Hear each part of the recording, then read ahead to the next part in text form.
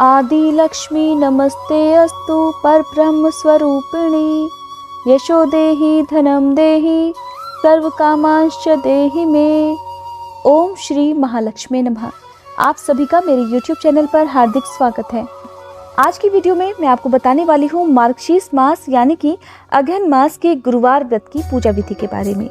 गुरुवार के दिन माँ लक्ष्मी जी की पूजा विशेष रूप से की जाती है और इस दिन सुहागिन महिलाएं माँ लक्ष्मी जी का आशीर्वाद पाने की कामना से व्रत भी रखती हैं।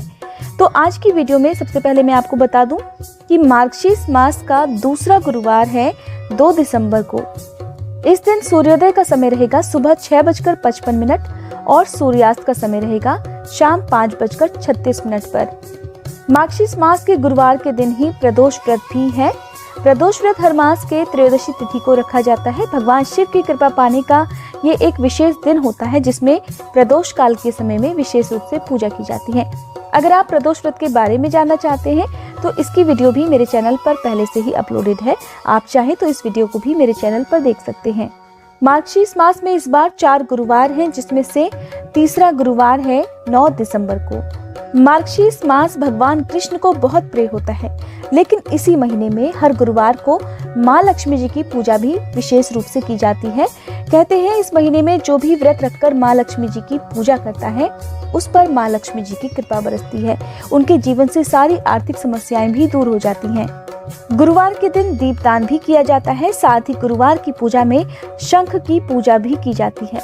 इस दिन खास तौर पर जो महिलाएं हैं वो चावल के लेप से रंगोली बनाती हैं और फिर माँ लक्ष्मी जी का स्वागत करती हैं।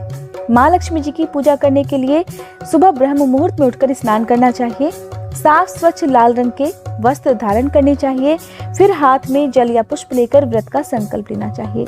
इसके साथ ही चावल के आटे के घोल से रंगोली बनाई जाती है जिसे अल्पना भी कहते हैं।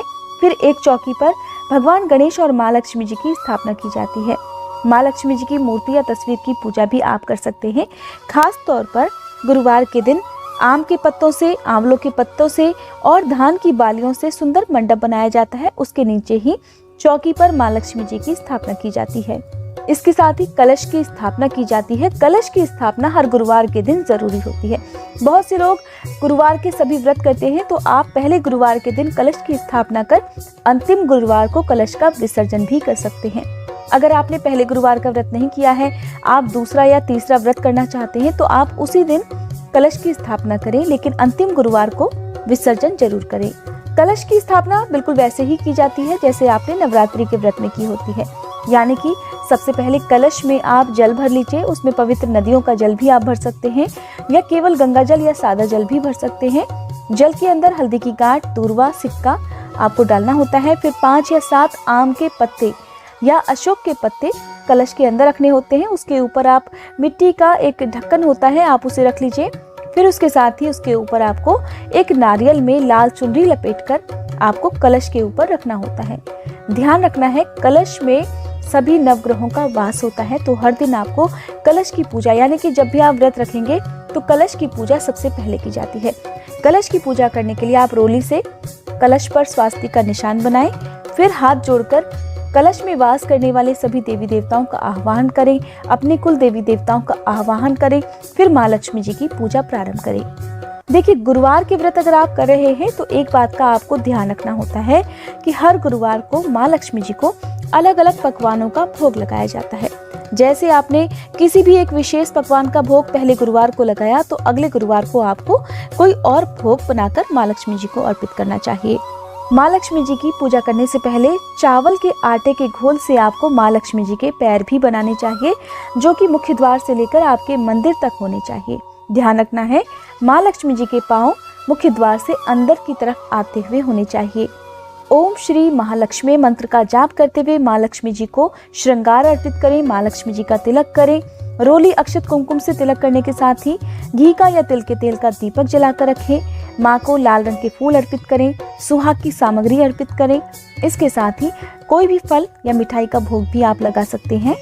फिर पहले गणेश भगवान की और फिर माँ लक्ष्मी जी की आरती करें। इसके साथ ही आप अपना व्रत प्रारंभ कर सकते हैं। शाम की पूजा भी आपको बिल्कुल इसी तरह से करनी होती है। शाम की पूजा करने के साथ ही आप एक विशेष काम हर गुरुवार के दिन जरूर करें कहते हैं शाम की कथा जब आप पढ़ेंगे या सुनेंगे तो आप अपने आसपास रहने वाली किसी भी कन्या को या सुहागिन महिला को कथा सुनने के लिए जरूर आमंत्रित करें।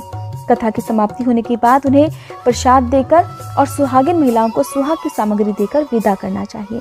कहते हैं ऐसा करने से माँ लक्ष्मी जी का आशीर्वाद प्राप्त होता है। मार्गशीर्ष मास में ही एक खास तरह की परंपरा होती है जिसमें 8 सुहागिनों को घर पर आमंत्रित कर उन्हें प्रसाद दिया जाता है, मीठा पकवान बनाकर उन्हें खिलाया जाता है, फिर सुहाग की सामग्री देकर उन्हें विदा किया जाता है। इस परंपरा को हमारे यहाँ पिन्नी खिलाना कहते हैं।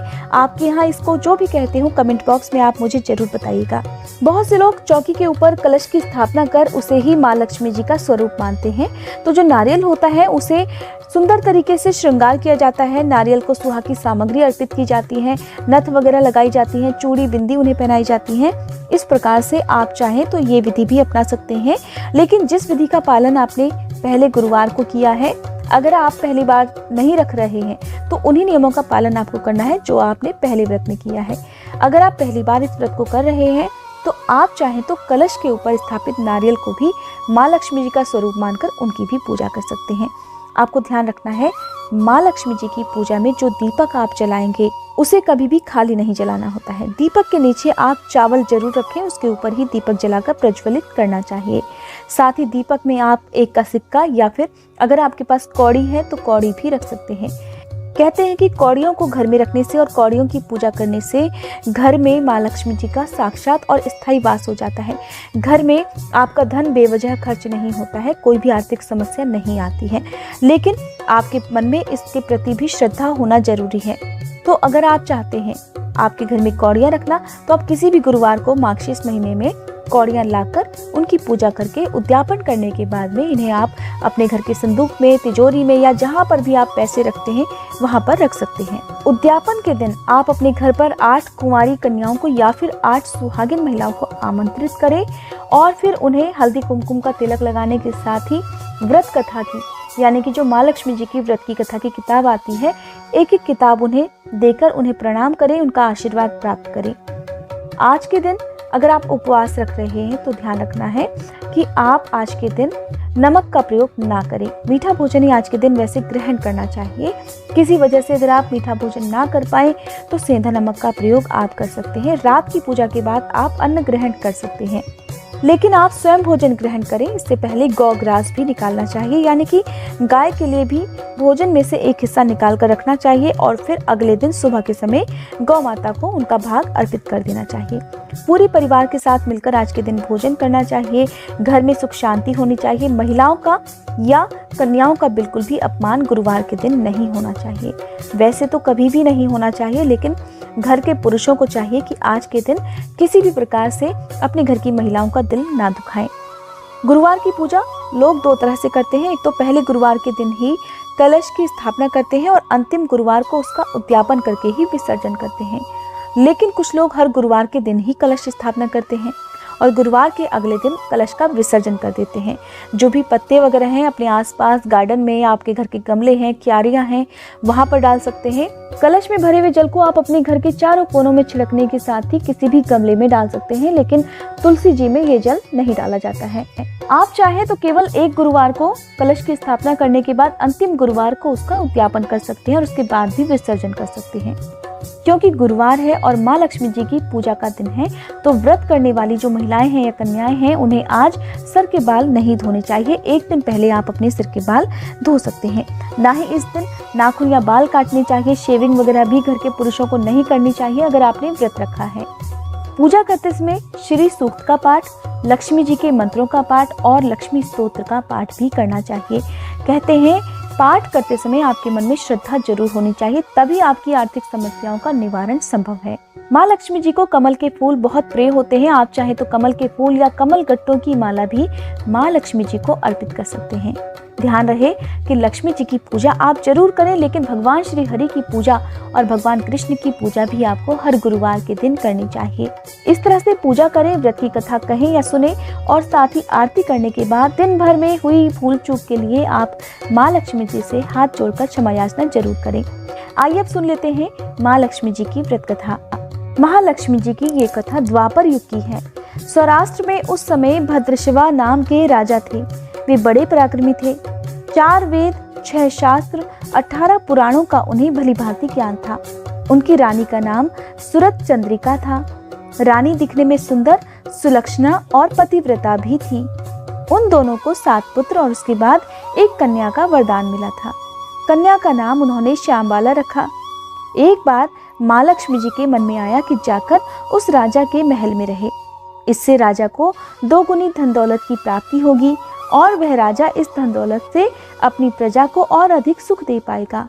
अगर वे गरीब के घर में जाकर रहेंगी तो उसे धन दौलत तो प्राप्त होगी, लेकिन वह स्वार्थी की तरह उस धन को केवल अपने ऊपर ही खर्च करेगा। ऐसा सोचकर माँ लक्ष्मी जी ने एक बूढ़ी ब्राह्मण स्त्री का रूप धारण किया। हाथ में लाठी लिए लाठी के सहारे रानी के द्वार तक पहुंची। हालांकि माँ लक्ष्मी जी ने एक बूढ़ी औरत का रूप धारण किया था, पर उनके चेहरे पर अलौकिक तेज था। उन्हें देखते ही एक दासी आई। उसने इनका नाम, धाम, काम, धर्म पूछ डाला। वृद्ध ब्राह्मणी का रूप धारण किए हुए माँ लक्ष्मी जी ने कहा, बालिके, मेरा नाम कमला है और मेरे पति का नाम भुवनेश है। हम द्वारिका में रहते हैं। तुम्हारी रानी पिछले जन्म में एक वैश्य की पत्नी थी और वह वैश्य बहुत गरीब था।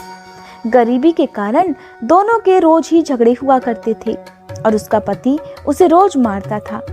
इन बातों से तंग आकर वह एक दिन घर छोड़कर चली गई और जंगल में खाली पेट भटकने लगी। उसकी दुर्दशा देखकर मुझे उस पर दया आ गई। तब मैंने उसे सुख संपत्ति देने वाली श्री महालक्ष्मी जी की व्रत कथा सुनाई। मेरे कहने पर ही उसने महालक्ष्मी जी का व्रत किया, जिससे उसकी गरीबी दूर हो गई। उसका घर संसार, दौलत, संपत्ति और संपत्ति से भर गया। बाद में इस व्रत के प्रभाव से दोनों पति पत्नी परलोक सिधारे। लक्ष्मी जी का व्रत करने के कारण वे लक्ष्मी लोक में रहे। उन्होंने जितने साल महालक्ष्मी का व्रत किया, उतने हजारों साल उन्हें सुख मिला। इस जन्म में अब उसका जन्म राजघराने में हुआ है, परंतु वह श्री महालक्ष्मी जी का व्रत करना भूल गई है। उसे यही याद दिलाने के लिए मैं यहाँ आई हूँ। बूढ़ी ब्राह्मणी की बातें सुनकर दासी ने उन्हें प्रणाम किया तथा महालक्ष्मी जी का व्रत किस प्रकार किया जाए इस बारे में पूछा। तब माँ लक्ष्मी जी ने दासी को पूजा की विधि और महिमा बता दी। इसके बाद वह दासी माता को प्रणाम कर रानी को बताने के लिए अंदर चली गई। राजमहल में रहते हुए रानी को अपने ऐश्वर्य का बहुत घमंड हो गया था। संपत्ति और अधिकार के कारण वह बहुत ज्यादा उन्मत्त हो गई थी। दासी के द्वारा बताए जाने पर वह बुढ़िया की बातें सुनकर आग बबूला होकर राजद्वार पर आकर बुढ़िया रूपधारी श्री महालक्ष्मी जी पर ही बरस पड़ी। उसे ये बात पता नहीं थी कि उसके दरवाजे पर साक्षात माँ लक्ष्मी जी पधारी हैं। इस प्रकार रानी ने अपने महल के द्वार पर खड़ी वृद्धा रूपधारी माँ लक्ष्मी जी का खूब अपमान किया। रानी का इस कदर रूखा बर्ताव और अपना अपमान देखकर माँ लक्ष्मी जी ने वहां पर ठहरना ठीक नहीं समझा और वे वहां से चल पड़ी। रास्ते में उन्हें राजकुमारी श्यामबाला मिल गई। उन्होंने श्यामबाला को सारी बात बताई। सारी बातें सुनकर श्यामबाला ने अपनी ओर से और अपनी माँ की ओर से माँ लक्ष्मी जी से क्षमा मांग ली। माता को उस पर दया आ गई। अब उन्होंने श्यामबाला को श्री महालक्ष्मी व्रत के बारे में बता दिया। उस दिन अगहन मास यानी कि मार्गशीर्ष मास का पहला गुरुवार था। श्यामबाला ने परम श्रद्धा, विश्वास और भक्तिभाव से माँ लक्ष्मी जी का व्रत किया और इस व्रत के प्रभाव से श्यामबाला का विवाह एक सुंदर राजकुमार के साथ हो गया। वह धन दौलत, ऐश्वर्य और वैभव से मालामाल हो गई। अब पति के साथ श्यामबाला ससुराल में आनंद से दिन बिताने लगी। इधर श्री महालक्ष्मी जी का रानी पर प्रकोप हो गया, क्योंकि रानी ने माँ लक्ष्मी जी का अपमान किया था, जिसके कारण भद्रशिवा का राज्य और राज कारोबार सब कुछ नष्ट हो गया। यहाँ तक कि खाने के भी लाले पड़ गए। ऐसी हालत में एक दिन रानी ने राजा से निवेदन किया, हमारा दामाद इतना बड़ा राजा है, धनवान है, ऐश्वर्यशाली है, तो हे राजन, क्यों ना उसके पास जाया जाए। उसे अपना हाल बताएंगे तो वो जरूर हमारी मदद करेगा। रानी की बात मानकर राजा भद्रशिवा अपने दामाद के पास जाने को तैयार हो गए। राज्य में पहुंचे तो एक तालाब के किनारे थोड़ी देर विश्राम करने के लिए ठहर गए। तालाब के किनारे बैठे हुए राजा को जब आते जाते दासियों ने देखा तो उन्होंने बड़ी विनम्रता से उनके बारे में पूछा।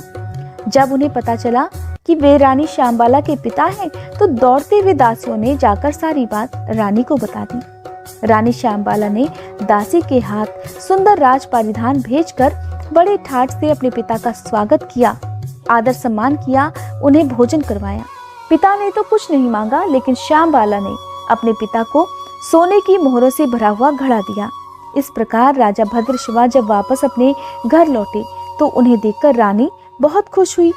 उन्होंने सोने की मोहरों से भरे हुए घड़े का जब मुंह खोला तो देखा, हाय भगवान, घड़े में तो धन के बदले कोयले भरे हुए थे, और यह सब श्री महालक्ष्मी जी के प्रकोप से हुआ था।